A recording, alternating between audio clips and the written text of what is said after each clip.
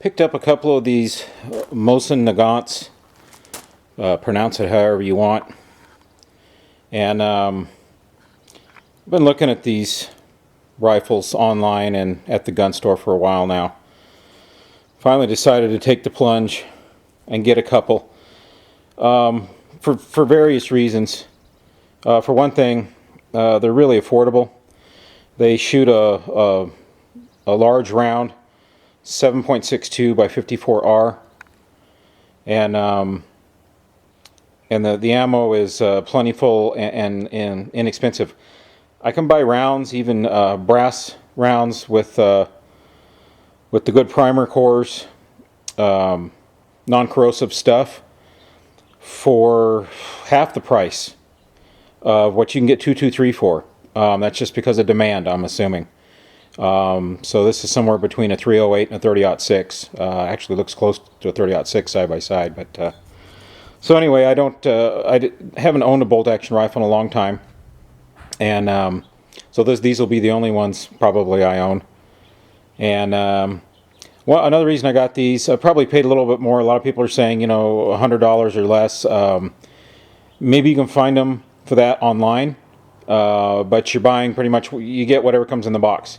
I went down to my local gun store and bought these. These were about $150. They're round stock or round receiver, so they're not hexes. Didn't get anything special there. Don't think that's going to make a big difference with what I'm going to do. They're both made at the same plant, and they're both made in 1943. As a matter of fact, one of the reasons I got these two, I only really went in to get one, but I got to look at them, and that's something you can't do at Cabela's or any online place where you're maybe going to get a better deal, is you can't look at the gun. It comes out of the box, it is what it is. I was able to look at these guns. I picked out the two that looked the best to me.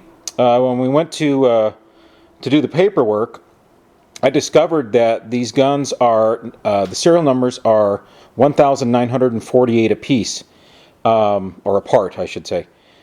I have no idea what the production capacity in Russia was at this plant in 1943, although this was wartime.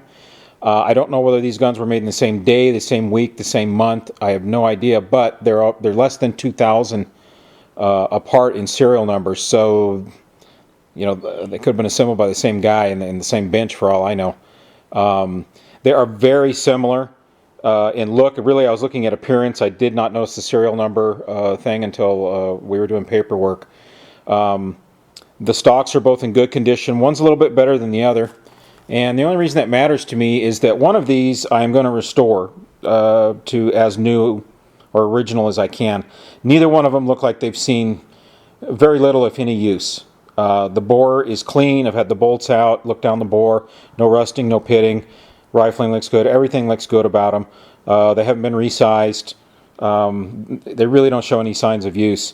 Absolutely soaked and coated from one end to the other in Cosmoline, which is what you get with these guns.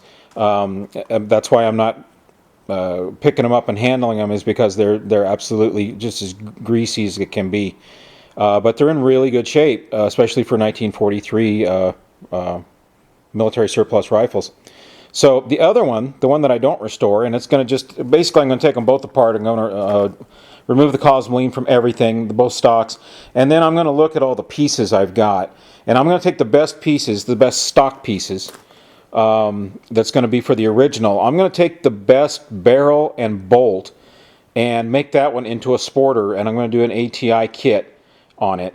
So basically this is just the first video showing I got the guns. This is the condition I received them in. I'm real happy with them. Out the door, paperwork, everything, right at around $300 for two World War II Russian Army surplus rifles. And I don't think you can beat that in late 2013. They're getting a little more popular. People are finding these things. A lot of people have known about them for a long time. A lot of people like me didn't know about them until maybe 6 months or a year ago. This is a really good entry-level gun. This is a good gun to maybe do your first gunsmithing on, as far as taking it apart, putting it back together, cleaning.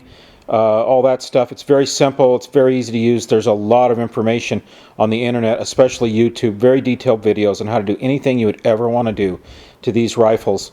And that's what made me confident that I could take one of these, one of them, restore one of them. I could have fun with it, turn it into something I can take out to the range, you know, and put a scope on it, and you know, see how accurate I can actually get a 70-year-old gun to fire.